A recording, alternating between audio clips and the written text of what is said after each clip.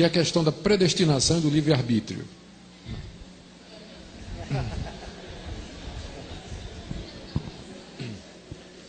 Deixa eu ver como é que eu respondo isso aqui.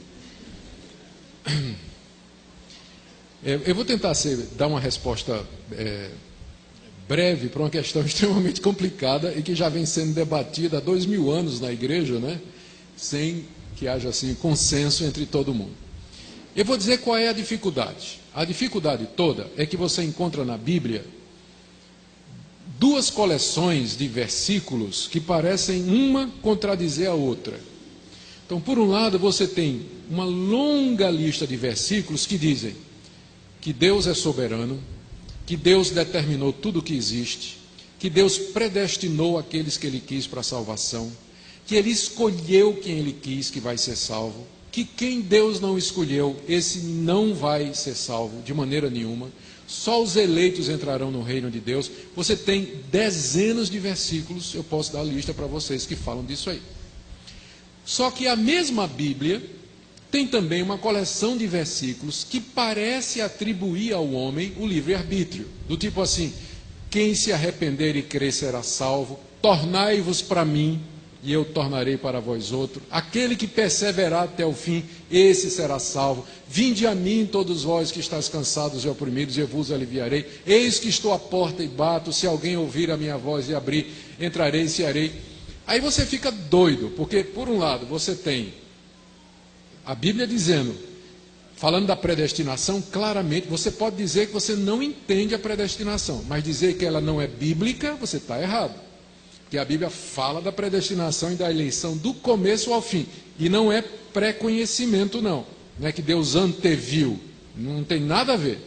Essa é uma tentativa de escapar da força dessas passagens. Deus elegeu quem Ele quis de acordo com o bom prazer da sua vontade. Efésios 1, Romanos 8, Romanos 9, Romanos 11, 1 Tessalonicenses 2, a lista é enorme de versículos que dizem isso. Então, por um lado, você tem um Deus que diz assim: não cai um passarinho no chão se não for a vontade de Deus, né? Não é isso que Jesus disse? Para o passarinho cair no chão tem que ser a vontade de Deus. Imagina a salvação do pecador, né? Imagina a salvação do pecador. Por outro lado, você vê Deus dizendo: ah, Jerusalém, quantas vezes eu quis ajuntar você como a galinha junta os pintinhos debaixo das asas, e você não quis. Você ouve Estevão dizendo: homens de dura cerviz, vós resistis ao Espírito Santo. Então como é que isso encaixa? A gente tenta combinar a soberania de Deus com o livre-arbítrio. E a resposta é impossível. Você não tem como. Isso é aquilo que nós chamamos em teologia de antinômio. Antinômio é quando você tem duas verdades que parecem se contradizer uma à outra. Deixa eu dar exemplo de mais dois antinômios na Bíblia. A doutrina da Trindade. Você vai encontrar um monte de versículos que dizem assim: só tem um Deus. Só tem um Deus. Ele é o único Deus verdadeiro. Ouve, ó Israel, o Senhor nosso Deus é o único Senhor. Aí você encontra um monte de versículos que diz que tem um ser chamado Pai, que é Deus, um outro chamado Filho, que é Deus, e outro que é o Espírito Santo, que também é Deus. Aí você fica: mas peraí, é um Deus só, mas tem três pessoas que aparecem na Bíblia chamadas de Deus. Como é que eu combino essas duas coisas? Não combina. É o que a gente chama de um mistério. É revelado. Você tem que aceitar que há um só Deus que subsiste em três pessoas. Não é um Deus de três cabeças, não são três deuses, não é um Deus que se manifesta de três formas diferentes.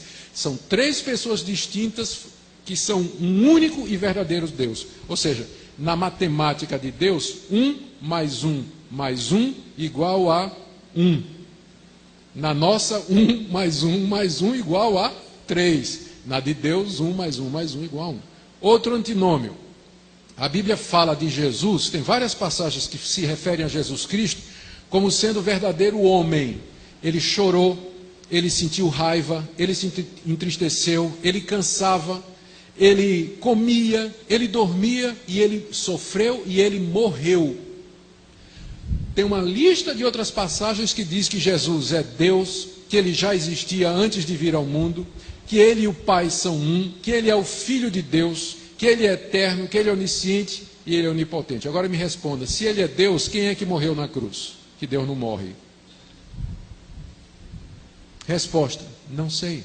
As duas naturezas de Jesus é mais um outro mistério que a Bíblia revela e que a gente não consegue compreender. Não é que é uma contradição, é acima da nossa lógica.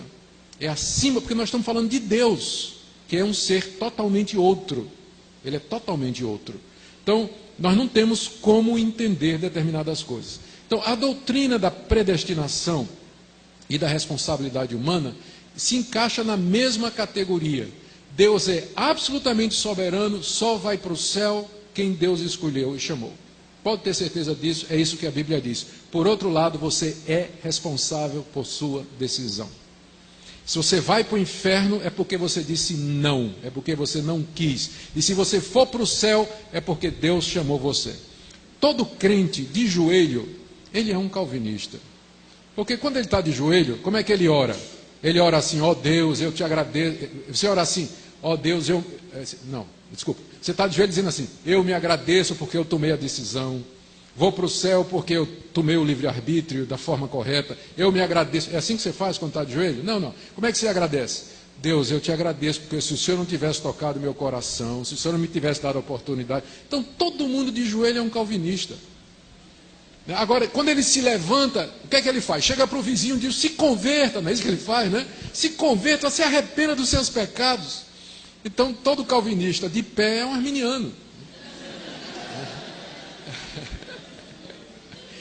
Agora, veja só, deixa eu contar uma ilustração aqui que talvez ajude mais essa questão.